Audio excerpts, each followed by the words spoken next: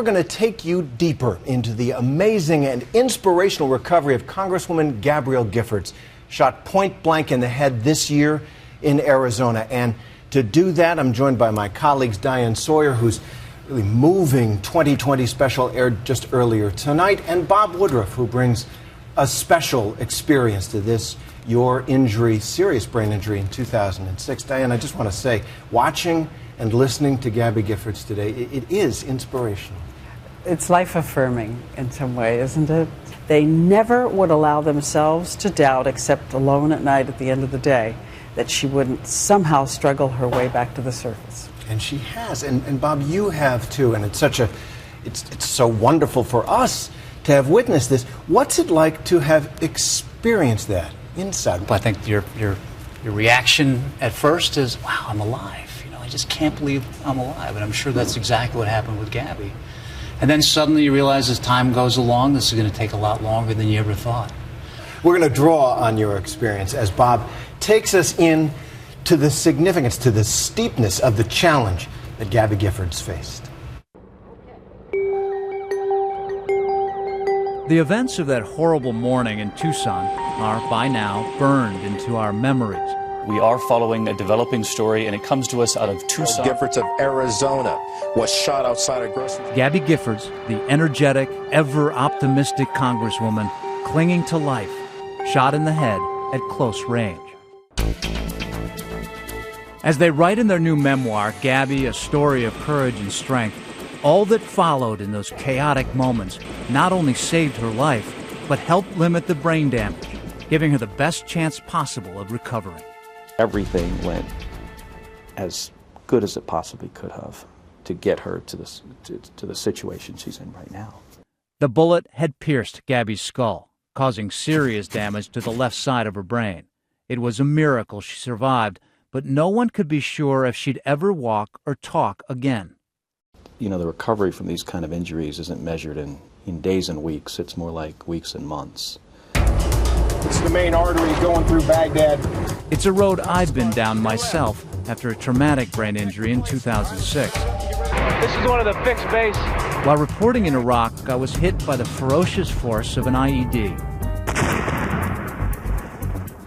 When I woke up 36 days later at Bethesda Naval Hospital, my speech was scrambled and confused. 60 years ago, we woke up after 33 years? Days ago.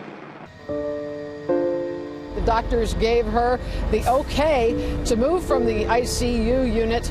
So as Gabby Giffords began her long journey back, I knew very well the challenges that lay before her.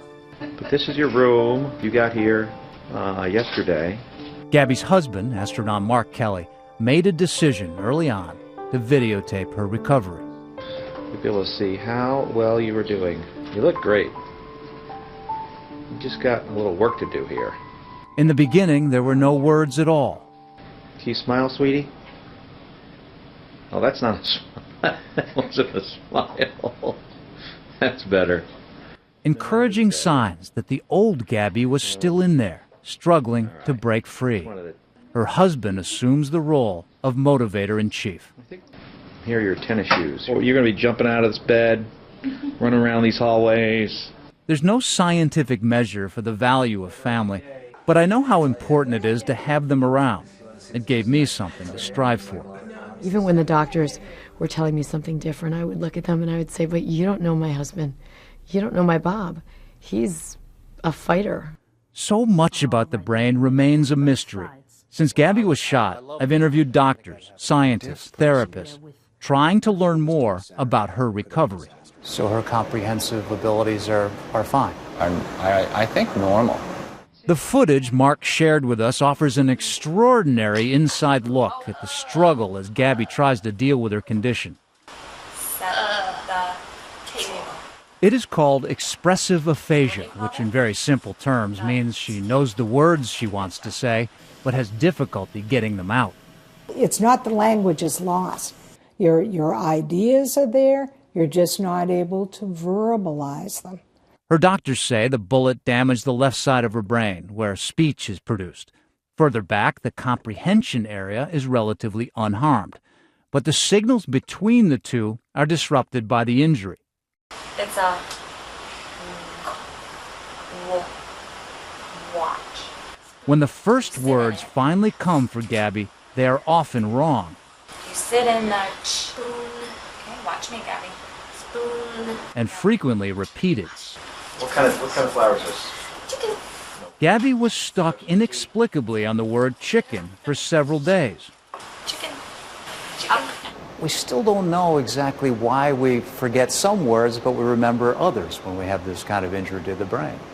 I think that's right. And really, a big part of the history of neuroscience is learning from patients with brain injury. Gabby, did the words sometimes just come out? Yes. And you can't control it? Can I promise you something? Yes. It will get better. And as you'll see when the special edition of Nightline continues, music may be the key to bringing Gabby back.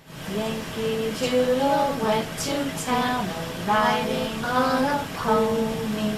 That's a very business cat who called it macaroni.